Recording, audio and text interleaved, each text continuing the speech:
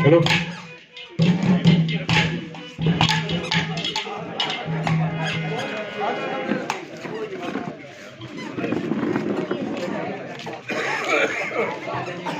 Hello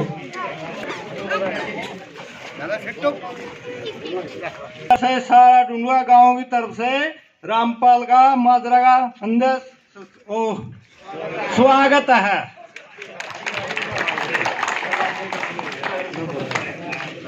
और सच्चा नेता भाई 2-3 बार मन्ना पिटाया, बस झूठ नहीं बोलता, जूसा काम करना उसकी यहाँ, जो नहीं करना उसकी ना अभियो।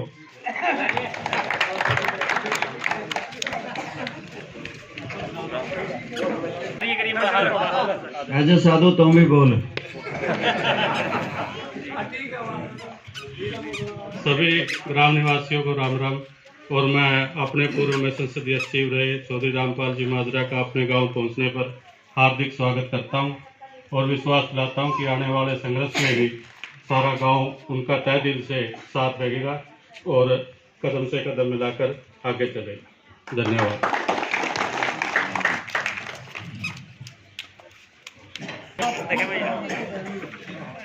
आप सबकी इजाजत हो तो फिर मैं कहूं। फिर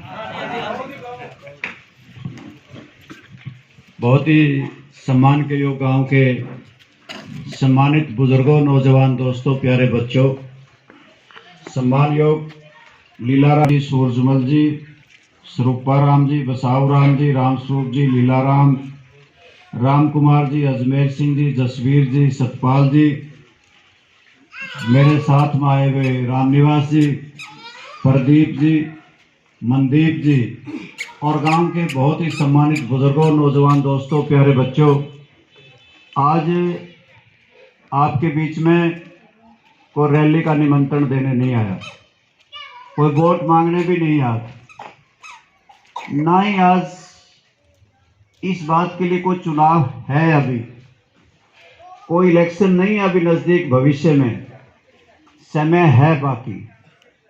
आज तो मैं केवल आपका हालचाल जानने आया हूं और मेरा हालचाल बताने आया हूं। आप सबको मैं अपनी राम रवि कहने आया हूं और आशा करता हूं तो फिर राजनीतिक बात हो जाती है। राजनीतिक बात इसलिए हो जाती है, भले मैं किसी दल में नहीं, मैंने कोई इलेक्शन भी नहीं लड़ा, परंतु मुझे इस बात का भी कोई गिला शिकवा और शिकायत नहीं कि किसने जसपा को वोट दिए, किसने लोकदल को दिए, किसने कांग्रेस को दिए, किसने बहुजन समाज पार्टी को दिए, किसने भारतीय जनता पार्टी को दिए। मुझे गिला और शिकवा इस बात का है कि सत्ताएं बनती हैं लोगों के लिए, लोगों द्वारा बनाई जाती हैं और वो लोगों के लिए काम करती हैं। सरकारें बनती हैं, लोगों के लिए काम करती हैं, लोग खुश होते हैं। परंतु ये एक ऐसी सरकार बनी जो ये कहते थे 75 पार और दूसरे इनको कहते थे कर देंगे जमुना पार। और इलेक्शन के बाद जब नतीजे आए तो भारतीय जनता पार्टी 90 में से 50 सीटें हारी थी और 40 ही जीत पाई थी। तो जसपा का साथ जो कहते थे जमुना पार कर देंगे, उनका साथ मिला, गठबंधन हुआ, गठबंधन से सरकार बनी और गठबंधन की सरकार ने सबसे पहले तो हमारे गांव किसान मजदूरों के 36 जात के भाइयों के हैं, इन किसानों से ये कहा था कि किसानों चिंता ना करो, तुम्हारी आमदनी 2022 में दुगनी कर देंगे और स्वामीनाथन आयोग की रिपोर्ट को लागू कर देंगे। लोगों ने सोचा कि ये सरकार तो भली है जो किसाना की बात सुनेगी, कमेरे की बात सुनेगी, परंतु इस प्रकार के कानून लेकर के आए जिसमें मंडियां खत्म हो जाएंगी, जिसमें बड़े बड़े व्यापारियों को स्टॉक करने की इजाजत दे दी गई और इस प्रकार के कानून बनाए कि इन जमीनों के मालिक अडानी और अंबानी बन जाएंगे। ये तो था कि किसानों का प्रदेश, ये भी था जवानों का प्रदेश, मजदूरों का, व्यापारियों का, कर्मचारियों का। परंतु ये देश आज अडानी और अंबानी का हो गया। अभी अभी कुछ दिन पहले एक रिपोर्ट आई है कि 11 लाख करोड़ रुपए का घोटाला है अडानी जी के नाम पे, और उसको दबाने में सरकार लगी हुई। और इसी प्रकार से हमारे जो कानून बनाए गए थे, किसानों के ऊपर थोपे गए थे, वो अडानी और अंबानी के कहने से बनाए गए थे। किसानों ने उन कानूनों को पढ़ा और किसान आग बबूला हो गए। दिल्ली के चारों तरफ बच्चे, बूढ़े और जवान बैठ गए। टोल प्लाजाओं पे भी लोग जमा हो गए। 380 दिन तक आंदोलन चला और 380 दिन में 700 से ज्यादा जानें चली गई। और किसान छाती ठोक करके जब खड़े हो गए कि चाहे कितने मर जाएं पर ये कानून लागू नहीं होने देंगे, तो देश के प्रधानमंत्री को होश आया 380 दिन के बाद, और ये कहा कि हम इन कानूनों को थे तो ये किसानों के फायदे के, पर मैं इन्हें समझा नहीं सका, इसलिए वापिस लेता हूं। यानी कि इस देश के प्रधानमंत्री को इतने लंबे अंतराल के बाद, 700 जाने लेने के बाद, ये पता लगा कि किसान आंदोलन कर रहे हैं, आंदोलित हैं किसान। और आय दुगनी कैसे होगी? आय दुगनी तो तब हो कि अगर न्यूनतम समर्थन मूल्य फसलों के बढ़े। किसानों को समर्थन मूल्य तो कह दिया कि हम कानून बना देंगे जब आंदोलन शुरू हुआ और खत्म हुआ, और उसकी भी एक कमेटी ऐसी बना दी जिसमें सरकार के लोग बिठा दिए। जब रोड़ी के, बजरी के, सीमेंट के, सरिये के, लोहे के दाम बढ़े, तो उसी के साथ डीजल और पेट्रोल के दाम भी बढ़ गए। उसके साथ खाद के, बीज के, कीटनाशक दवाइयाँ, खरपतवार नाशक दवाइयों के दाम बढ़े। 18% का GST उनके ऊपर लगा दिया। तो फिर खेती महंगी हो गई और आमदनी घट गई। आज इनको इस बात का एहसास नहीं कि हिंदुस्तान भर के किसान आत्महत्याएं कर रहे हैं। आत्महत्याएं कर्जे के बोझ के नीचे दब के कर रहे हैं। और इसी प्रकार से आज हरियाणा की स्थिति कैसी बनाई, आपके सामने इसका व्याख्यान करना चाहता हूं। आज हरियाणा कर्जे में नंबर 1 पे है। बजट को पढ़ोगे तो 2,86,000 करोड़ का कर्जा हरियाणा प्रदेश पे चढ़ गया। और हरियाणा प्रदेश जब कर्जे में नंबर 1 का सूबा बन गया, वहीं पे नागरिक सुरक्षा में सबसे निचले पायदान पे आया। आज हरियाणा प्रदेश में आप देखेंगे कि बेरोजगारी CMI की रिपोर्ट आई है कि 37.4 है। इतनी बेरोजगारी के 25 लाख नौजवान बेरोजगार हैं। और ये कहते हैं पर्ची और खर्ची हमने बंद कर दी। ना पर्ची खत्म हुई ना खर्ची। जो बड़ी नौकरी लगाता है उसे हरियाणा पब्लिक सर्विस कमीशन कहते हैं। उसके दफ्तर में 3 करोड़ रुपये पकड़े गए। और हरियाणा सबॉर्डिनेट सिलेक्शन कमीशन जो है वो छोटी नौकरियां लगाता है। उसके अंदर जितने भी पेपर हुए हैं आज तक, सारे पेपर लीक हो गए। और जितनी नौकरियां लगी हैं, लटकी हुई हैं, सारी हाई कोर्ट में अभी तक लंबित पड़ी हैं। आज इस प्रकार के हालात हैं कि हमारे नौजवान यहाँ से 7 समुद्र पार जा करके, डंकी वीजा लेकर के, जान हथेली पर रख करके यहाँ से मोह भंग हो गया। विदेशों में जा करके, चाहे वो अमेरिका है, चाहे कनाडा है, चाहे इंग्लैंड है, ऑस्ट्रेलिया है, वहां जा करके जीवन बसर करने की सोच ली है। आज हमारा नौजवान विदेशों में लगातार जा रहा है केवल नौकरी के लिए। इन्होंने ये बहकाया था कि हरियाणा में लगने वाली जितने भी कारखाने लगेंगे उनमें हरियाणा प्रदेश के नौजवान नौकरी करेंगे और 75% को नौकरी दी जाएगी। वो भी कानून ठंडे बस्ते में रख दिया, उससे भी कोई भी नौकरी पे नहीं लगा। आज हरियाणा प्रदेश की ऐसी स्थिति कर दी कि हरियाणा प्रदेश बेरोजगारी में नंबर 1 का सूबा बन गया। इसी के साथ कि हरियाणा प्रदेश में रक्षक ही भक्षक बन गए। बाढ़ खेत को खाती है। मैं इसलिए कह रहा हूँ कि पेहवे से एमएलए है संदीप सिंह और वो मंत्री भी है। वो अपने एक जूनियर कोच को कैसा व्यवहार करता है, जिनके पास जाकर के फरियाद लेके जाते थे, चाहे रात को जाओ दिन को जाओ, मंत्री से यह आशा की जाती है कि उसका व्यवहार बहुत अच्छा रहेगा, परंतु वो किस प्रकार का काम करते हैं आपके सामने है, सुर्खियों में है। बाढ़ खेत को खाती है।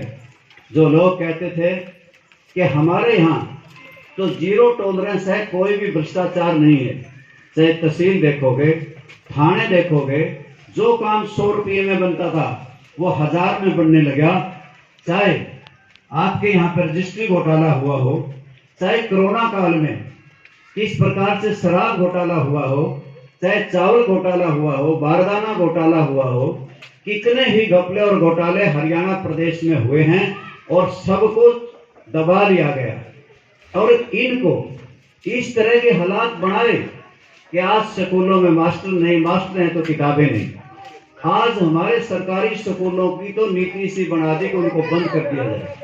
कि कहते हैं कि जो प्राइवेट स्कूलों में पढ़ेगा तो उसकी फीस तो देगी सरकार, जो प्राइवेट में पढ़ेगा उसकी फीस सरकार देगी और सरकारी स्कूलों में पढ़ने वाले की फीस देगा माँ बाप।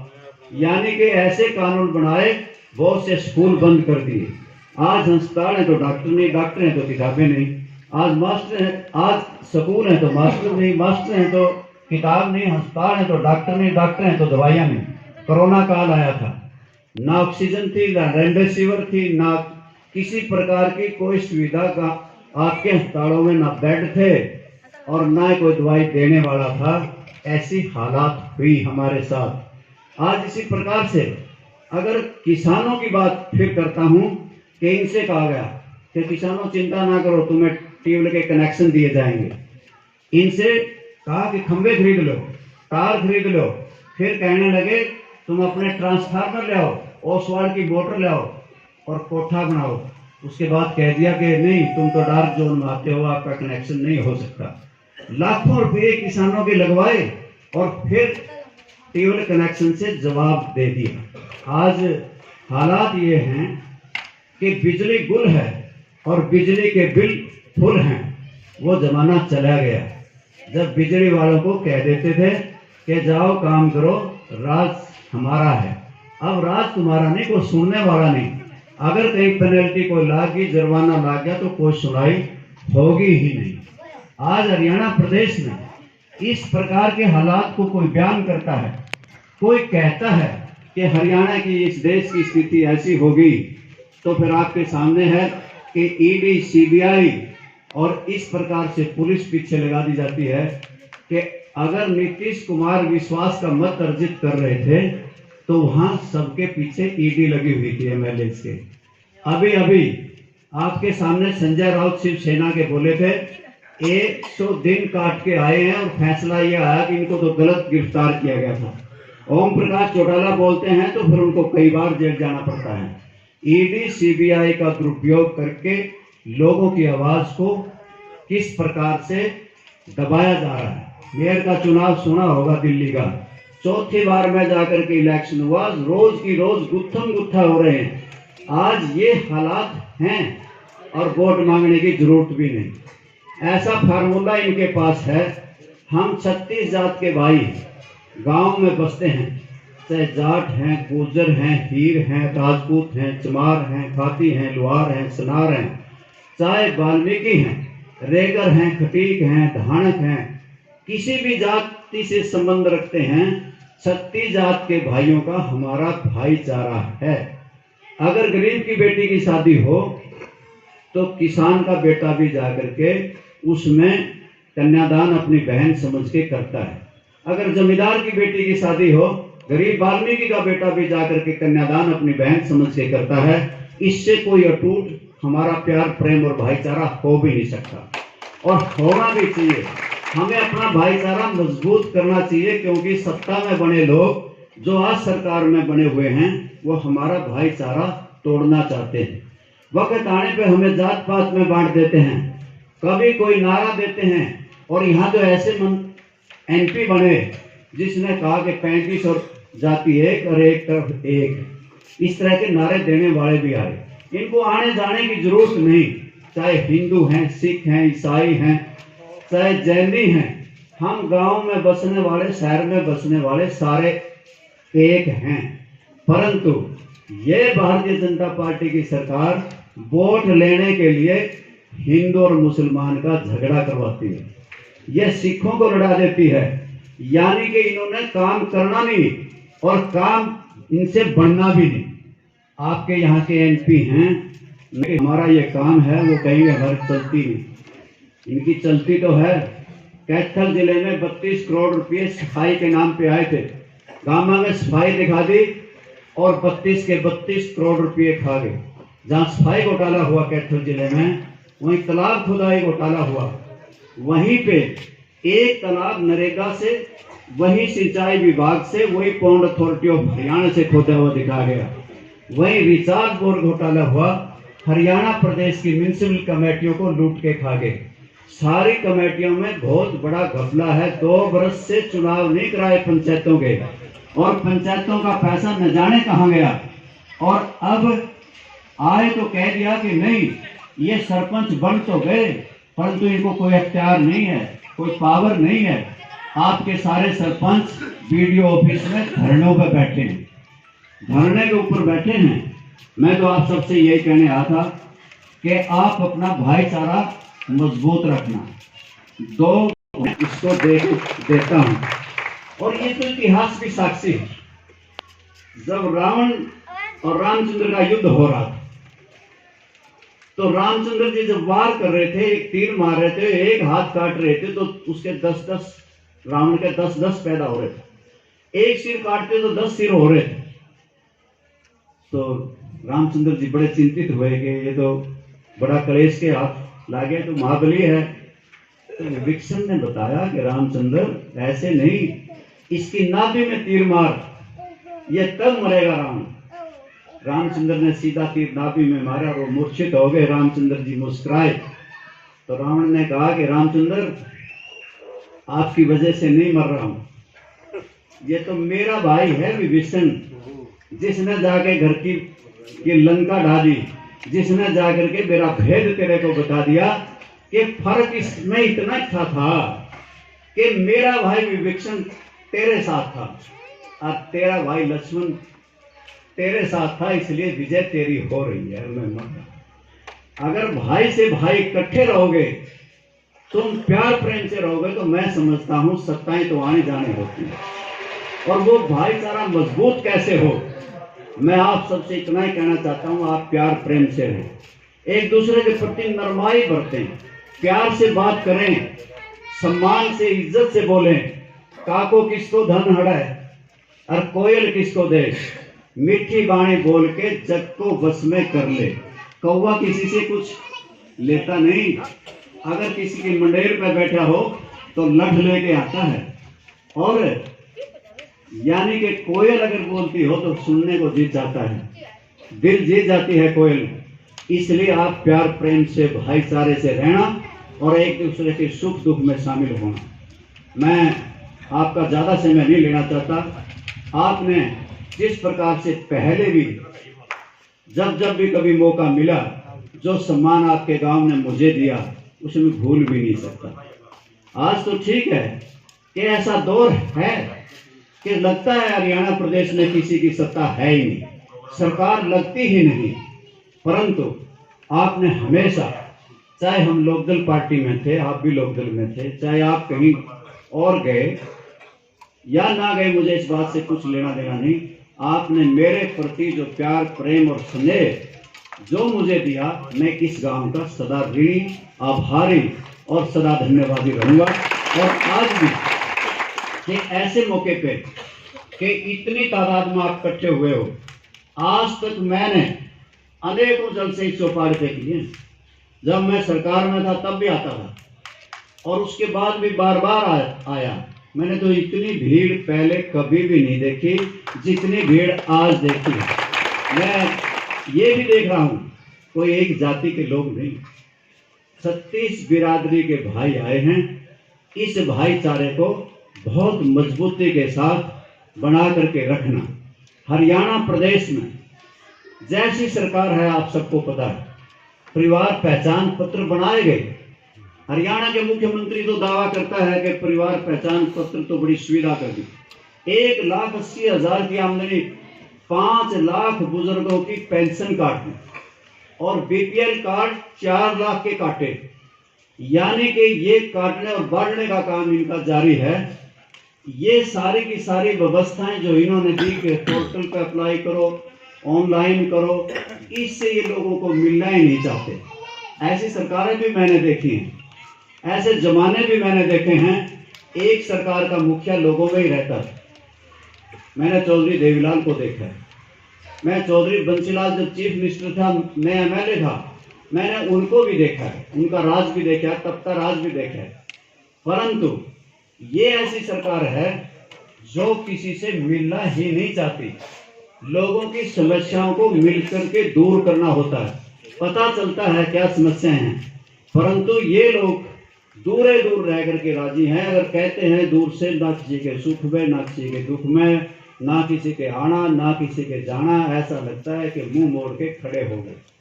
तो मैं पुनः आपका आभार व्यक्त करते हुए आप सब आए, आप सबका स्वागत करता हूं और धन्यवाद करता हूं। जय हिंद।